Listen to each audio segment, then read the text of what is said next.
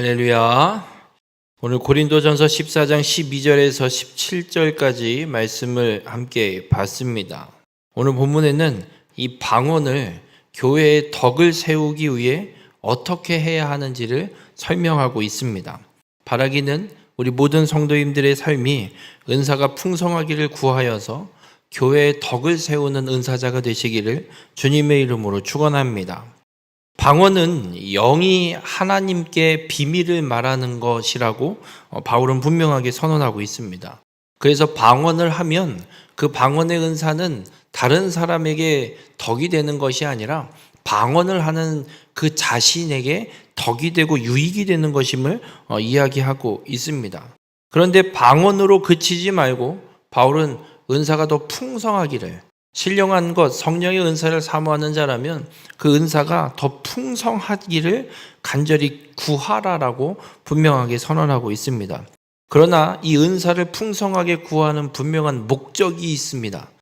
여러 은사를 더 많이 받아서 사람들 앞에 나는 이런 은사도 있고 저런 은사도 있다 자랑 삼기 위해서 은사가 풍성하기를 구하는 것이 아니라 오직 교회의 덕을 세우기 위해서, 교회를 온전히 세워가고 다른 사람들을 더 세워가기 위해서 은사가 풍성하기를 구해야 함을 분명하게 선언하고 있습니다.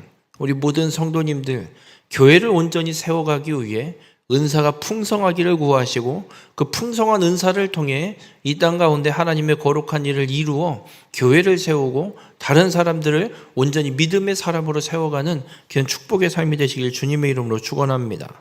그러면 그렇게 방언은 자기 덕을 세우는 데 유익한 은사인데, 이 자기 덕을 세우는 유익한 은사 방언을 어떻게 하면 교회를 세우고 교회에 유익이 되는 은사가 될 수 있느냐, 무엇을 풍성하기를 구해야 하는지를 오늘 본문 13절에 이렇게 이야기를 합니다. 그러므로 방언을 말하는 자는 통역하기를 기도할지니 라고 말하고 있습니다. 여러분, 방언은 영이 말하는 것이기 때문에 우리가 알아들을 수 없는 말입니다. 물론 언어 방언도 있고 음성 방언도 있지만 알아듣지 못하는 방언이 더 많이 있습니다. 그래서 아무도 알아듣지 못하는 이 방언은 그저 나 혼자 하나님 앞에 내 영이 드리는 기도이기 때문에 그 은사를 교회의 덕이 되게 하려면 그 하나님 앞에 영이 기도하고 있고 말하고 있는 내용을 통역하라라고 말씀하고 있습니다. 방언 은사를 받았다면 통역의 은사도 하나님 내게 주셔서 이 통역을 통해 하나님의 깊은 교제의 그 기도가 영이 하나님 앞에 간구하는 것이 무엇인지를 깨닫고 그 열매를 맺는 삶을 살아갈 수 있도록 통역의 은사까지 기도하고 구하는 자가 되시길 바랍니다. 그렇게 통역하기를 구하는 이유를 이어서 설명을 합니다. 14절에 보면 내가 만일 방언으로 기도하면 나의 영이 기도하거니와 나의 마음은 열매를 맺지 못하리라 라고 이야기를 합니다. 사람이 구성되어 있는 것을 성경은 어떻게 이야기하냐면 영과 혼과 육으로 구성되어 있음을 성경은 우리에게 가르쳐주고 있습니다. 그래서 오늘 본문 14절에 이야기하고 있는 나의 영은 내가 갖고 있는 영, 성령이 아니라 내가 갖고 있는, 인간이 갖고 있는 영을 이야기하는 것이고, 나의 마음은 무엇을 이야기하냐면 이 마음이라는 단어가 이해력, 지성, 정신, 생각하는 방식 이런 뜻을 갖고 있는 단어인데, 영을 제외한 나머지 혼과 육을 대표하는 하나의 상징으로 마음이라는 단어를 쓰고 있습니다. 방언으로 기도하면 영으로 기도했지만 내 혼과 육은 아무것도 알아듣는 것이 없어서 아무런 열매를 맺을 수가 없다는 겁니다. 하다못해 어떤 기도를 결단하면서 서원하는 기도를 했다고 했을 때, 그러면 내가 말로 서원하면서 기도했으면 내가 어떤 서원을 했기 때문에, 어떤 기도를 한 걸 알기 때문에 그 일을 하려고 할 겁니다. 그래서 내 혼과 육, 이 몸이 열매를 맺는 삶을 살아갈 것인데, 영이 방언으로 기도하면 무슨 기도를 했는지 아무것도 모르기 때문에 내 혼과 육이 무엇을 어떻게 해야 되다, 무엇인가를 해야겠다는 결단도 없고 무엇을 해야 되는지도 알지 못하기에 아무런 열매를 맺을 수가 없다라는 겁니다. 여러분, 우리가 기도하고 찬양하는 것, 우리의 영으로만 할 것이 아니라 모든 전 존재를 통해서 하나님을 찬양하고 하나님 앞에 기도해야 됨을 잊지 마시길 바랍니다. 그래서 바울은 이런 말을 하고 있습니다. 그러면 내가 어떻게 할까? 내가 영으로 기도하고 또 마음으로 기도하며 내가 영으로 찬송하고 또 마음으로 찬송하리라. 방언을 함으로 그냥 내 영만 하나님 앞에 기도하고 찬송하는 걸로 끝내지 말고 나의 마음으로도 기도하고 찬송하라고. 내 영과 혼과 육 전존재를 다해서 하나님을 찬양하고 기도해야 됨을 분명하게 선언하고 있습니다.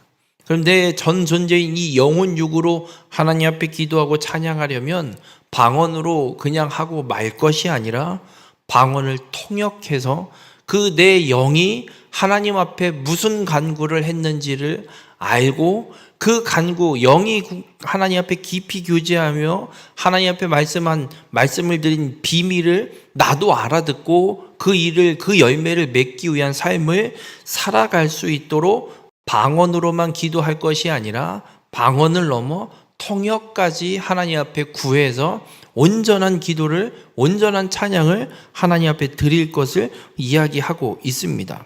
우리 모든 성도님들, 그렇게 방언으로 기도할 때, 그리고 공적인 자리, 특별히 지금 이 14장의 방언의 문제는 공적인 모임에서 예배 자리에서 대표 기도를 하고 있고 공적인 대표성을 띠는 자리에서 방언으로 기도해버리는 이 문제에 대한 이야기를 하고 있는 겁니다. 그래서 그 공적인 자리에서 기도를 하는데 방언이 나왔을 때 그냥 방언으로 끝낼 것이 아니라 통역을 세워서 하나님 앞에 온전히 더 깊이 간구하는, 영이 갈구하고 있는 하나님을 향한 간구가 무엇인지를 알아서 그리고 깨달아서 그 일들을 온전히 이루어가는 삶을 살아가도록 통역하기를 구하라라고 바울은 분명하게 선언하고 있습니다. 그렇게 통역을 해야 되는 또 하나의 이유는 17절에 이런 이야기를 합니다. 16절 후반절부터 보면 내가 무슨 말을 하는지 알지 못하고 내 감사에 어찌 아멘하리요. 통역의 은사도 없고 방언의 은사도 없는 사람은 도대체 무슨 소리를 하고 있는지 아무 소리도 알아들을 수 없습니다.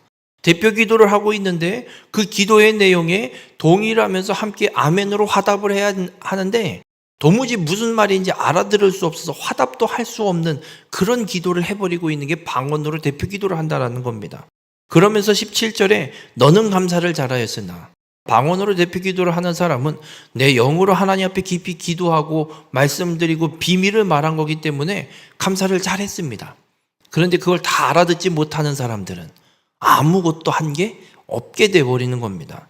그래서 통역을 세워서 다른 사람들도 하나님 앞에 더 깊이 영이 간구하는 것이 무엇인지, 하나님께 말하고 있는, 하나님께 올려드리는 비밀이 무엇인지를 통역을 통해서 모두가 깨달아 알게 되어서 함께 하나님의 그 일들을 이루어가고 그 일들을 열매를 맺으려 하는 교회의 덕을 세우는 기도를 행할 수 있도록 통역하기를 구하라라고 오늘 바울은 선언하고 있습니다. 우리 모든 성도님들, 할 수만 있으면 은사가 풍성하기를 기도하십시오. 왜냐하면 은사가 풍성해질수록 교회를 세우는 일에 온전히 쓰임받을 수 있습니다. 방언만 하면 내게는 덕이 되지만 교회는 아무런 덕이 되지 않습니다. 그러나 통역을 하게 되면 방언을 통역하고 방언으로 기도하다 그 방언을 통역하게 되면 방언 통역이 어떤 현상으로 나타나게 되냐면 예언의 효과가 나타납니다. 아무것도 알지 못했지만 방언을 통해 그 사람의 영적인 상태가 되었든 어떤 과거의 정보가 되었든 그래서 앞으로 어떻게 해야 되는 미래의 정보를 제시하게 되든 예언을 하게 되는 효과가 이 통역을 통해서 이루어지게 되는 겁니다.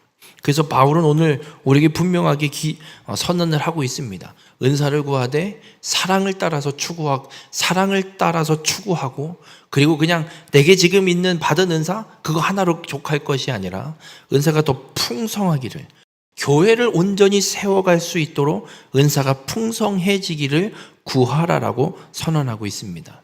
우리 모든 성도님들의 삶 또한 은사가 풍성해지기를 구하시고 풍성하게 하나님 앞에 은사를 받으셔서 교회를 온전히 세워가는 귀한 축복의 통로로 쓰임받는 우리 모든 성도님들이 되시기를 주님의 이름으로 축원합니다.